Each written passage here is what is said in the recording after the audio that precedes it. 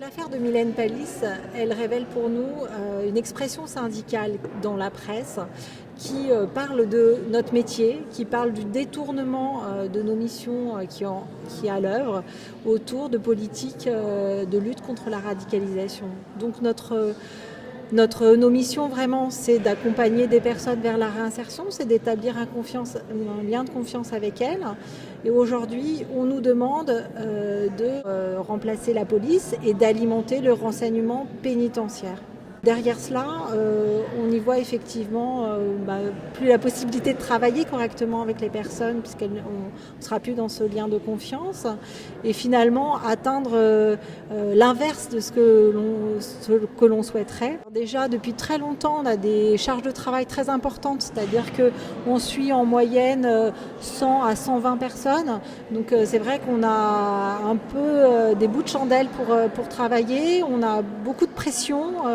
Une pression aussi en termes de responsabilité, c'est-à-dire qu'on est toujours un peu dans la crainte de quelle responsabilité on pourra aller chercher en cas de récidive d'une personne que l'on suit, voilà, parce qu'il y a aussi une histoire dans notre profession autour de cette question-là. Nous organisons un meeting de soutien pour Mylène et de défense en nous disant que non, on n'allait pas se taire et on allait amener du débat. Donc on va amener du débat sur les libertés et sur aussi le fond, c'est-à-dire le détournement des missions. Et nous, on pense qu'on n'est pas les seuls concernés dans la justice. Il y a aussi dans d'autres secteurs, dans l'éducation nationale, dans d'autres administrations, on est tous confrontés à essayer de nous faire jouer un rôle qui n'est pas le nôtre. Et nous, ce qu'on dit, c'est que déjà, faisons notre métier, donnons-nous les moyens de faire notre métier correctement, et puis interrogeons-nous, et déjà les choses iront mieux. Et préservons les libertés, parce que la liberté d'expression, finalement, c'est ce qui a été attaqué par le terrorisme. Et aujourd'hui, on en fait complètement fi.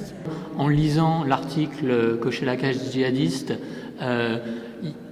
il m'est apparu que cette alerte, et je pense que la notion de lanceuse d'alerte est tout à fait valable, et à la fois salutaire et nécessaire. Salutaire parce qu'elle met dans le débat public, je crois que je rejoins ce qui vient d'être dit, sur la nécessité d'avoir un débat public sur ces questions, non seulement de radicalisation, celui-là existe, dans des conditions qui sont peut-être dommageables, mais en tout cas le débat existe, mais aussi sur les dispositifs concrets de lutte contre la radicalisation, est nécessaire parce que il me semblait que cette alerte dans le journal L'Humanité s'inscrivait en faux contre deux des verrous les plus solides contre justement cette émergence du débat public, à savoir la rhétorique sécuritaire, guerrière presque, avec derrière le risque de la disqualification en termes de trahison. On a vraiment des formes de disqualification du discours extrêmement violentes, et les poursuites disciplinaires en font, je crois, l'écho. On savait très bien qu'avec ce contexte sécuritaire, malheureusement, on l'a dit suffisamment entre nous, malheureusement la situation allait se dégrader et les atteintes à la liberté d'expression, à la liberté d'information, aux libertés syndicales allaient se multiplier. Ces poursuites disciplinaires contre Mylène Paliss sont en réalité extrêmement symptomatiques d'une volonté actuelle de verrouiller le débat démocratique sur un certain nombre de sujets, et notamment, en l'occurrence, sur tout ce qui a trait à la réponse gouvernementale au terrorisme et à ses abus, à des dispositifs qui mettent en péril un certain nombre de principes et de libertés, avec une véritable volonté d'opposer une répression syndicale à toutes les démarches qui peuvent mettre en doute, poser question, mettre en question ce qui est fait au niveau gouvernemental. Il est aujourd'hui essentiel, non seulement que ces poursuites disciplinaires aboutissent évidemment à la relaxe de Mylène Paliss, mais il est essentiel que les interrogations qu'elle a portées et que nos syndicats portent sur les pratiques de détection, sur ce qui relève des dispositifs de lutte contre la radicalisation, soient interrogées encore et toujours. Parce qu'aujourd'hui, on est face à des injonctions extrêmement lourdes à faire des conseillers pénitentiaires d'insertion et de probation, des agents de renseignement, à ruiner tout ce qui est à la base du travail de l'insertion et de la probation, c'est-à-dire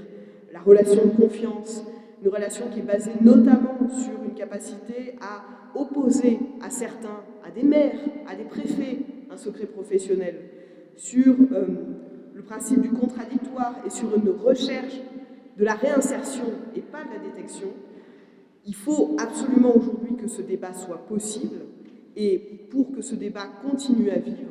le préalable évident, c'est aujourd'hui que ces poursuites disciplinaires indignes et injustifiées, absolument inacceptables,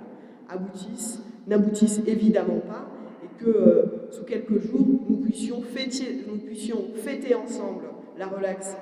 de Mylène, et puis continuer à réfléchir et continuer à critiquer.